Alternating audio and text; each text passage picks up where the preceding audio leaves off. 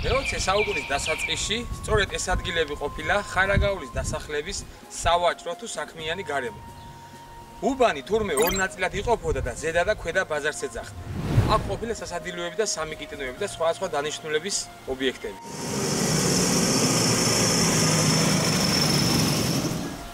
იყვნენ მეწუღეები და ხარაზები, კერავები და მეკუდეები. ნახავდით ყველა სახის ხელოსანს. კალატოს, მჭედელს, ხუროს, დურგალს, იყო სადალაქო, ივაჭრედით სხვა სახის დუქანში, ცალკე იყო ტყილეულობის დუქანი. ასევე იყიდით ნახშირს, შეხვიდოდით ნავთის წერტში, არსებობდა საბილიარდოც, ფუნქციონებდა ლიმონათების ჩამოსასხმელი საამქრო. ყველაფერი ზემოთ ჩამოთვლილი ეკუთვნოდათ ხარაგაულელ გლეხებს, რომელთა შორისაც ზოგიერთები გამორჩეულნი იყვნენ.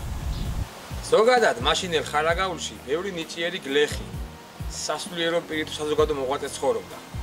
თუმცა მათი უმეტესი ნაწილი ვერ გადაურჩა 1937 წლის რეპრესიებს, გამცირებას და განდევნას. საგულისხმოა, რომ მე-20 საუკუნის დასაწყისში ხარაგაულის ცენტრალური ქუჩის სტატუსს ეს ქუჩა ატარებდა.